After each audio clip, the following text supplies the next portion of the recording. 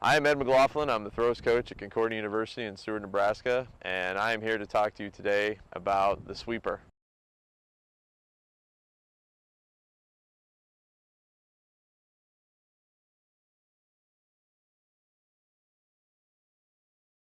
Basically what we want to do is give you a device that'll help you out with the entry of either rotational shot put and or discus. What we're looking for is a balanced position out of the back. So as you enter into the ring here, and your left side starts to open up, we need the right leg to catch up real fast for your entry, and the sweeper is going to help you keep your foot in line where we want it at. Now some people will come in and they'll come in real short here.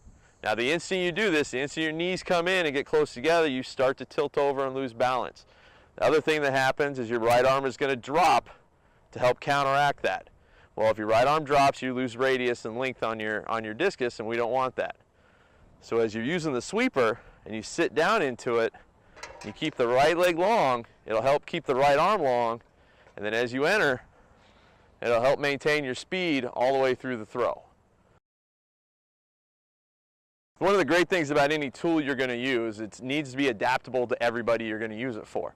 Well, the great thing about the sweeper is, regardless of how tall you are, we can set it up to go exactly where your sweep needs to be at. I'm roughly 6 foot tall. I've got it set up just about where I want it at. I could probably handle it out a little bit farther if I was younger, but I can't handle that distance anymore, no matter what people think.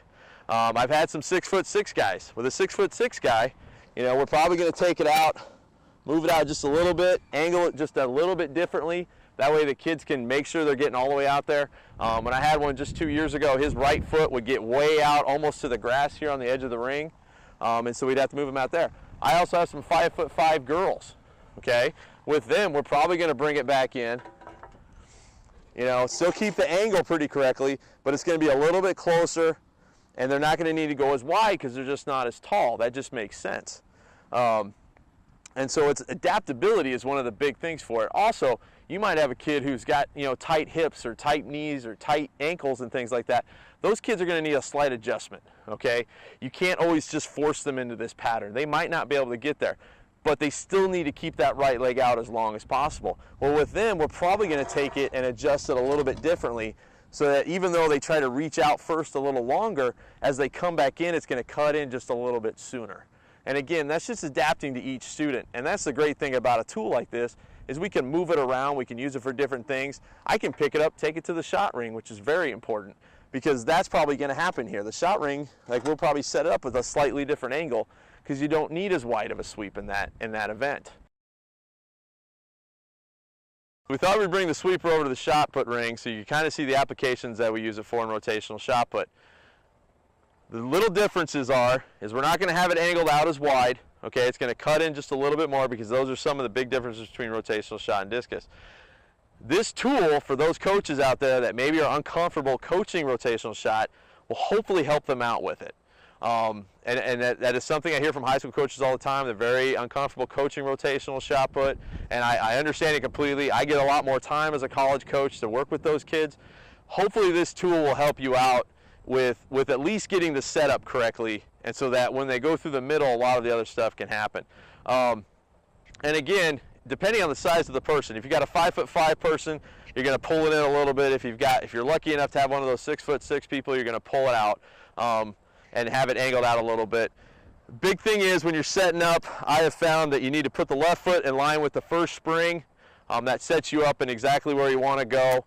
And as you sit into the entry, you're going to get that foot all the way out, and then like we've been talking about, once you get to here, we want to pull that right leg in as quick as possible so we can get our feet down, land on the back right foot, and then come through your finish. And again, those are some key points to use in discus as well. It's one of the things when I'm talking to kids about switching over to rotational, if they're just a discus thrower and asking them about doing rotational shot, it's one of the things I tell them. I was like, there's stuff we work on in shot put rotation that'll make you a better discus thrower and vice versa. One of the things the sweeper should help correct is that right leg coming in too quickly. A lot of people you see will come in here and then all of a sudden they'll just try and jump straight across the ring. Okay?